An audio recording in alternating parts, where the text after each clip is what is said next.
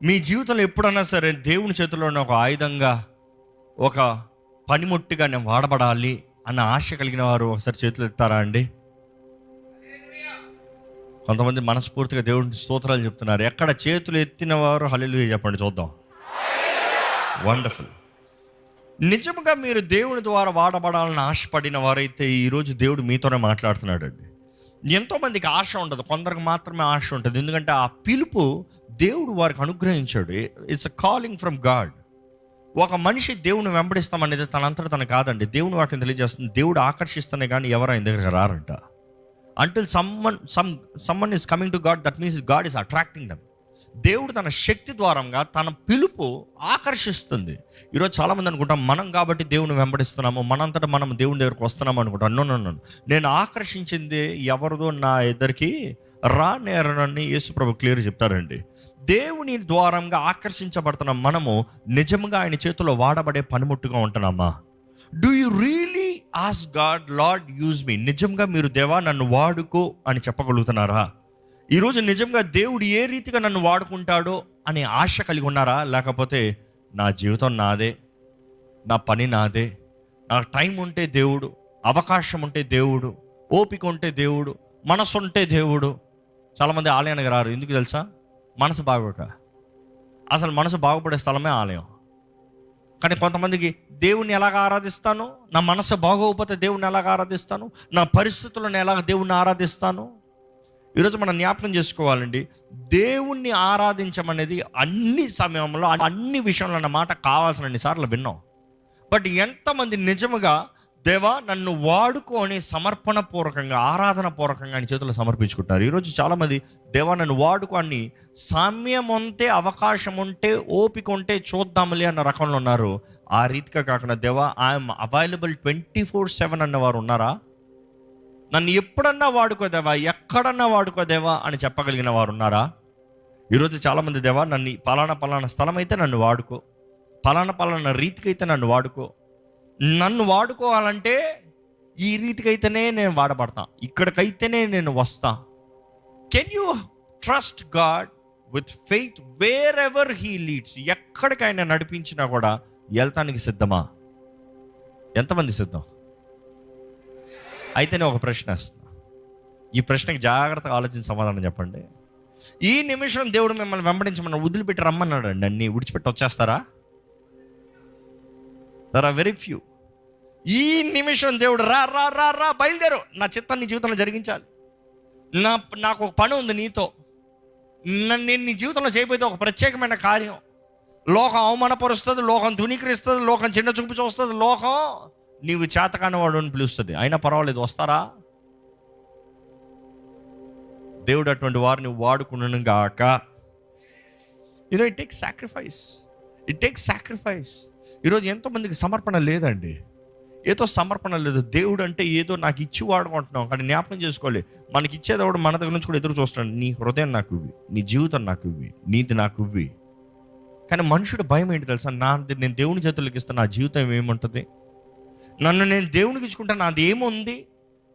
ఈరోజు మనుషుడు భయం అంతా అదే. దేవుని కొరకు ఇచ్చేవాళ్ళంటే మనిషికి దేవునికి సమర్పించుకోవాలని ఆశ లేక కాదు, ఆశ ఉంది కానీ ఒకవైపు స్వార్థం, భయము, దిగులు. ఏంటంటే నేను దేవుని చేతులకు సమర్పించుకుంటే ఇంకా నాకు తలంపులు లేవా, నా ఆశలు లేవా, నాకు నేను ఏదో గొప్ప చదువుకోవాలనుకున్నా, గొప్పగా సాధించాలనుకున్నా, గొప్పగా సంపాదించుకోవాలనుకున్నా, గొప్ప ఉద్యోగానికి వెళ్ళాలనుకున్నాను, గొప్పగా ఏదో జరిగించాలనుకున్నాను, అవన్నీ పోతాయి కదండి. దేవుని వెంబడిస్తామంటే అది ఏదో ఒక రీతిగా పోవాలనుకుంటారు, అవునా? ఆయన నీతి, ఆయన రాజ్యాన్ని వెంబడిస్తే సమస్తం అనుగ్రహించబడతాడని దేవుని వాక్యం తెలియజేస్తుందండి.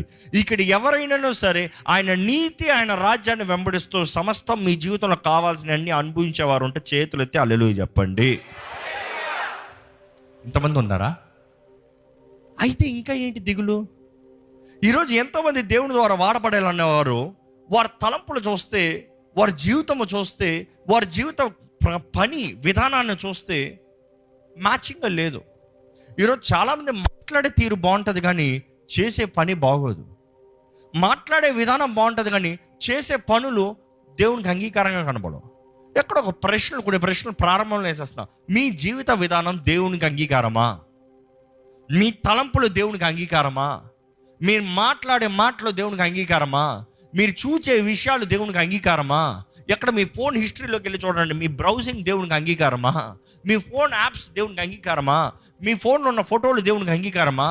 మీ ఫోన్లో ఉన్న మ్యూజిక్ దేవునికి అంగీకారమా? God accept what you're doing. ఈరోజు నిజంగా మనల్ని మనం పరీక్షించుకోవాలండి. ఈరోజు మనం దేవునికి అంగీకారం అన్న వారిని ఏ రీతిగాని మనం చూసుకోవాలి. దేవుని ఆత్మకు లోబడి ఆయన శక్తి ద్వారంగా బలపరచబడుతున్నామా? You have to really understand. ఏంటంటే ఇన్ని ప్రశ్నలు వేస్తే ఏం చెప్పనంటారా? No, you really need to examine your self.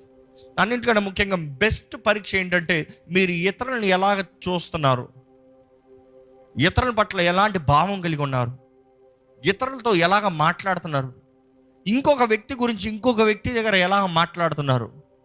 దేవుడు పట్టించుకుంటాడండి. దేవా నన్ను వాడుకో అని చెప్పే ప్రతి ఒక్కరిలో నీతి కలిగిన జీవితం, దేవుని వాక్కుకు తగినట్టు జీవితం, దేవునికి లోపడే జీవితము, ఆయన స్వరాన్ని వినగలిగిన జీవితము, నా గొర్రెలు నా స్వరాన్ని వినగలిగిన జీవితము, ఆయన మాట్లాడేటప్పుడు ఆయన మాటను విని గైకునే జీవితము కలిగి ఉండాలని దేవుడు ఆశపడుతున్నాడు. ఈరోజు చాలామంది అయితే దేవా నాకు ఎన్ని వద్దా దేవా, నువ్వు నన్ను వాడుకోవాలంటే నాకు ఏదైనా బహుమానం ఇవ్వి, నాకు ఏదైనా ఇది అది ఇవ్వి, నాకు లాభాన్ని ఇవ్వి, నాకు మేలు నువ్వి, నాకు అది ఇది జరిగించు, నాకు ఎన్ని ఇస్తే అప్పుడు నేను నిన్ను వెంబడిస్తా. లేకపోతే నువ్వు నన్ను వాడుకోవాలంటే ఈ స్థానంలో ఈ రీతిగా ఈ స్థితిలో నన్ను వాడుకో, ఆ స్థితిలో నాకు వద్దు, నాకు ఈ అవమానం అంత వద్దు, నాకు ఈ లాభం వస్తుందో నన్ను వాడుకో, లేకపోతే నా జీవితం ఇప్పుడే బాగుందిలే, డిస్టర్బ్ చేయొద్దు ప్రభువా. ఈరోజు యేసు ప్రభు మనతో ఉండాలని ఆశపడుతున్నాడు అండి. ఇమ్మానువేల్కి అర్థం ఏంటి? దేవుడు మన తోడు, దేవుడు మన తోడు ఉన్నాడు, దేవుడు మన తోడు ఉండాలని ఆశపడుతున్నాడు. యేసు ప్రభు అన్నాడు, యుగ సమాప్తి వరకు నేను మీ తోడు ఉంటాను. కానీ ఎంతమంది నిజంగా యేసు ప్రభుని కలిగి ఉన్నారు? ఈరోజు ఎంతమంది యేసు ప్రభుని నమ్ముకున్న లాభాలు, బహుమానాలు, దీవెనలు, స్వస్థతలు రావు లేవని చెప్తలేదండి.